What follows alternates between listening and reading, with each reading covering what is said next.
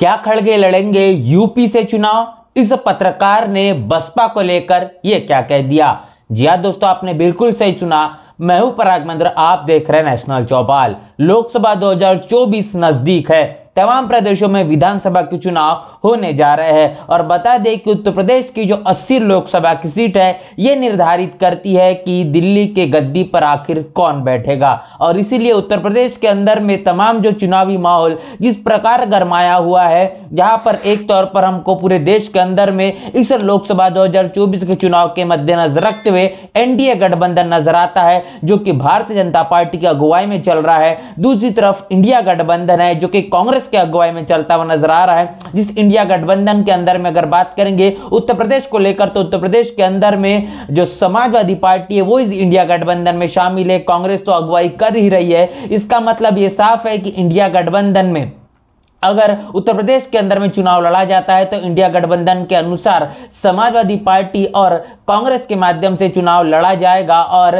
किस तरीके से आने वाला ये चुनाव होगा, तमाम तरीके से जो मेन स्ट्रीम का मीडिया है किस प्रकार की खबरें चला रहा है, वो तमाम बातों से आपको रूबरू करेंगे। और एक बड़ी बात निकल कर आ रही है कि उत्तर प्रदेश के अंदर में जिस प्रकार बहुजन समाज पार्टी एक बड़ी पार्टी मानी जाती है, एक बड़ा वोट बैंक उत्तर प्रदेश के अंदर में बहुजन समाज पार्टी का है, तो जिस तरीके से बहुजन समाज पार्टी का तमाम रवैया देखा जा रहा है कि बहुजन समाज पार्टी अपने बलबूते पर चुनाव लड़ने की लगातार बात कर रही है और इसी के साथ साथ इंडिया गठबंधन में उसको शामिल भी नहीं किया गया है। तो क्या अगर इंडिया गठबंधन अपने बलबूते पर उत्तर प्रदेश के अंदर में चुनाव लड़ने वाला है, या फिर अगर बहुजन समाज पार्टी को शामिल नहीं करता है, तो क्या यह बड़ा चेहरा बहुजन समाज पार्टी के अलावा इंडिया गठबंधन के पास में है? यह बड़ा सवाल है। तो बता दें कि कांग्रेस के माध्यम से जिस प्रकार मल्लिकार्जुन खड़गे इनको आगे किया गया है, इनको राष्ट्रीय अध्यक्ष बनाया गया है और एक दलितों के चेहरे के तौर पर मल्लिकार्जुन खड़गे इनको आगे करने की बात अभी लगातार की जा रही है। और दलितों को वोटों को अपने तरफ लेने के लिए अब कांग्रेस के माध्यम से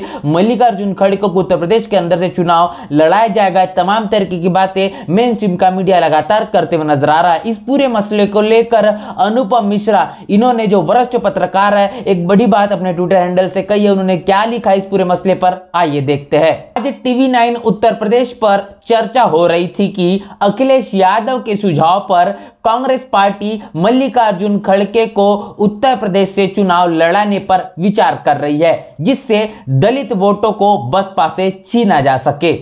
यह मेरा मानना था कि खड़गे प्रदेश में मायावती को चुनौती देने की स्थिति में नहीं है, तो डिबेट में मौजूद जर्नलिस्ट सैयद का भी कहना था कि दलित वोट अभी बसपा छोड़ने को तैयार नहीं है। आप क्या सोचते हैं? यह बड़ा सवाल यहां पर खड़ा किया गया है वरिष्ठ पत्रकार अनुपम मिश्रा के माध्यम से, जिनका यह साफ तौर पर कहना है कि समाजवादी पार्टी के राष्ट्रीय अध्यक्ष अखिलेश यादव, इनकी तरफ से कांग्रेस को एक सुझाव दिया गया कि उनको दलित चेहरे के तौर पर मल्लिकार्जुन खड़गे को उत्तर प्रदेश के अंदर में उतारना चाहिए। और इस चुनावी माहौल के अंदर में जिस तरीके से एक बड़ा vote bank Bahujan Samaj party का पूरे उत्तर प्रदेश के अंदर में है, उत्तर प्रदेश के अंदर में बड़ा वोट बैंक जो दलितों का है वो बहुजन समाज पार्टी के साथ में हमेशा से ही संभव या असंभव परिस्थिति में बरकरार रहता है। उसको छिटकने के लिए, उसको छीनने के लिए अब कांग्रेस के माध्यम से एक बड़े दलित चेहरे को खड़ा करना पड़ेगा, तब जाके बहुजन समाज पार्टी के वोट बैंक को अपने तरफ ले लिया जा सकता है।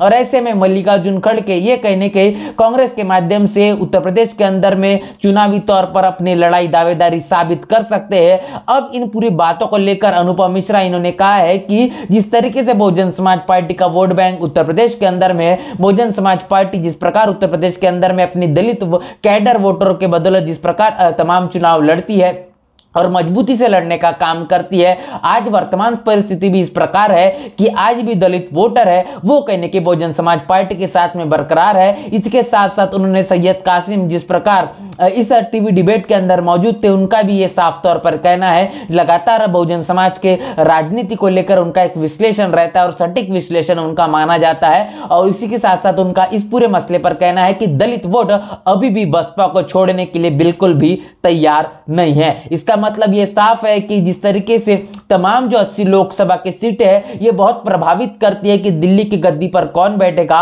और उसी अनुसार 40 ऐसी महत्वपूर्ण सीटें है जो बहुजन समाज पार्टी के पास में है, जहां पर बहुजन समाज पार्टी मजबूती से टक्कर देने का काम करती है। और इसके साथ साथ जो बीता 2019 के अंदर में जो लोकसभा चुनाव रहा और तमाम 10 सीटों पर जो जीत हासिल करने का बहुजन समाज पार्टी ने काम किया है, ये तमाम सीटें बहुजन समाज पार्टी के अपने गढ़ की थी। लेकिन इसी के साथ साथ समाजवादी पार्टी की बात करेंगे, समाजवादी पार्टी 4 से 5 सीटों के अंदर में जो सिमट चुकी थी और अपने गढ़ को भी नहीं बचा पाई। इसका मतलब ये साफ है कि बहुजन समाज पार्टी अब इस लोकसभा 2024 के चुनाव में भी बड़ी टक्कर देने वाली है। और जिस प्रकार मैंने 40 सीटों की बात की, उसी प्रकार वो 40 सीटें हैं जहां पर बहुजन समाज पार्टी पहले या दूसरे पायदान पर देखी गई है। इसका मतलब ये है कि जिस प्रकार बहुजन समाज पार्टी अब भी उत्तर प्रदेश के अंदर में बड़ी ताकत के तौर पर मौजूदा हालात में भी दिखाई दे रही है, जिस प्रकार अपने एक ला चलो के सिद्धांत पर वोट हमारा राज तुम्हारा नहीं चलेगा गांव चलो अभियान के तहत लगातार अपने संगठन को मजबूत करने में पूरी तरीके से बहुजन समाज पार्टी जुट चुकी है।